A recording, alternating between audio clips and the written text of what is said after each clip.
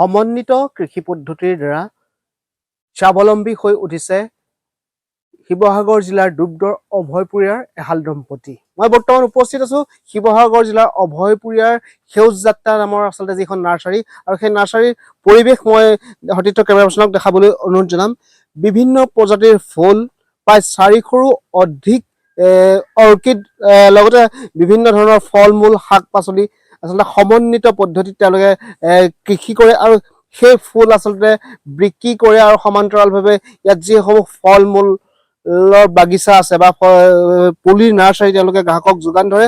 আৰু এই মুহূৰ্তত ধ্ৰুৱজ্যোতি গগৈ মোৰ সৈতে আছে। ধ্ৰুৱ, মই আপোনাৰ ওচৰলৈ আহিছো। সমন্বিত কৃষি পদ্ধতিৰ দ্বাৰা আচলতে আপুনি এক স্বাৱলম্বী হৈছে, নিজৰ লগতে আচলতে আন 10জনকো আচলতে স্বাৱলম্বিতাৰ পথ দেখাইছে। কেনেদৰে আপোনাৰ মনলৈ আহিল এই সেউজ যাত্ৰা? আচলতে আমাৰ যি লকডাউন হৈ আছিলে, লকডাউনৰ সময়তে আমি এই নাৰ্চাৰীখনৰ কথা ভাবিলোঁ।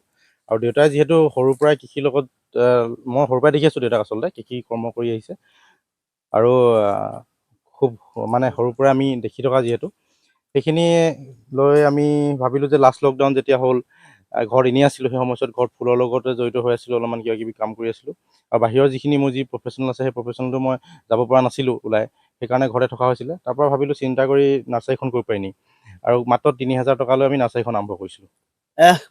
3000 টকাত আপুনি নাৰ্চাৰী আৰম্ভ কৰিছিলে।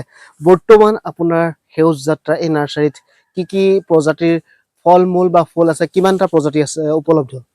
আমি এতিয়া যি ধৰি লওক এতিয়া ছিজন ফ্লাৱাৰ যি ছিজন চলি আছিলে, আমি ছিজন ফ্লাৱাৰ প্ৰায়খিনি আমি ৰাখিছিলোঁ, প্ৰায় শেষেই হ'ব হৈছে, অলপ আছে। আৰু আমাৰ এতিয়া আমি ফুলৰ খেতি কৰি আছোঁ, জাৰবেৰা ফুল আপোনালোকে দেখিছে, জাৰবেৰা ফুলৰ খেতি কৰি আছোঁ। আৰু শাক পাচলি খেতি, দেউতাই শাক পাচলি খেতি কৰি থাকে, মই সহযোগ কৰোঁ লগতে। শাক পাচলি প্ৰায়বিলাক শাক পাচলি খেতিয়ে আছে, আৰু বিভিন্ন ফল মূল, উন্নত মানদণ্ডৰ যিবিলাক ফল মূল আমাৰ বাহিৰৰ পৰা আহে সেইখিনিও আমি ৰাখিছোঁ, সেইখিনিও আছে। আমি যথেষ্টখিনি কৰিবলৈ সক্ষম হৈছোঁ, আৰু বিভিন্ন প্ৰজাতি আমি ইয়াত পৰীক্ষামূলকভাৱে কৰিছোঁ। যেনে বগৰী, আপোনালোকে দেখিছে, বগৰী হওক, মধুৰি, আম, এই কিছুমান প্ৰজাতি আমি ফল মূল আমি ইয়াত পৰীক্ষামূলকভাৱে কৰিছোঁ, আৰু ভাল হয় ইয়াত, ধুনীয়া আমাৰ অসমৰ জলবায়ুৰ লগত ভাল। ড্ৰেগন ফ্ৰুট আমি কৰিছোঁ, ড্ৰেগন ফ্ৰুটৰো আমি ৰুইছোঁ নতুনকৈ, সেইখিনিও আমি কৰি আছোঁ।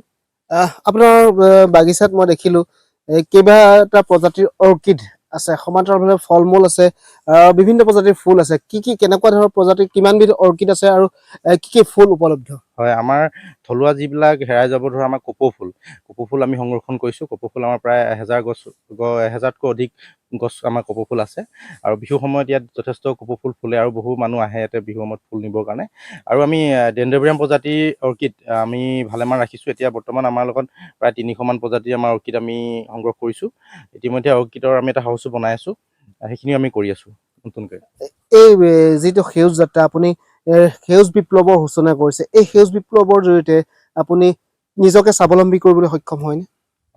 বোধ কৰোঁ আমি যথেষ্টখিনি আগবাঢ়িব পাৰিছোঁ সেউজ যাত্ৰাৰ যি প্ৰক্ৰিয়া মই লৈছোঁ, আৰু নতুন প্ৰজন্মক কওঁ যে সেউজ বিপ্লৱৰ জৰিয়তে আমি স্বাৱলম্বী হ'ব পাৰিব। আমি যিহেতু আজি জাৰবেৰা ফুলৰ পৰা মন্থলি 10-15 হাজাৰ টকা ইনকম হৈ আছে আমাৰ, সেইকাৰণে ভাবোঁ যে আমি কৃষি কৰ্ম কৰিও আমি স্বাৱলম্বী হ'ব পাৰোঁ, আৰু তাৰ আমি নিজেই উদাহৰণস্বৰূপে মই নিজেই, কাৰণ কৃষি কৰ্মৰ লগত জড়িত হৈ আমি যথেষ্টখিনি আগবাঢ়িব পাৰিছোঁ। আৰু বিভিন্ন জেগাত মই বৃক্ষৰোপণ কৰি, বা বিভিন্ন স্কুল কলেজ সামাজিক যিবিলাক অনুষ্ঠান আছে, অনুষ্ঠানবিলাকৰ লগতো জড়িত হৈ সেইবিলাকতো আমি বৃক্ষৰোপণ কৰিছোঁ। আমি ৰাস্তাটো আমি বৃক্ষৰোপণ কৰিছোঁ। তেনেকৈ বহু আমি বৃক্ষ ৰোৱাৰ লগতে আমি প্ৰতিপালন কৰি তাক ডাঙৰ দীঘলো কৰিছোঁ।